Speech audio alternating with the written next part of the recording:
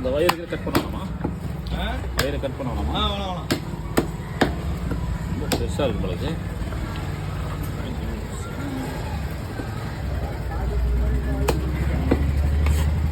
என்ன தனியா பிஞ்சு சரி பெருசாக இருந்தால் முப்பலாம் வச்சுருக்கோம்.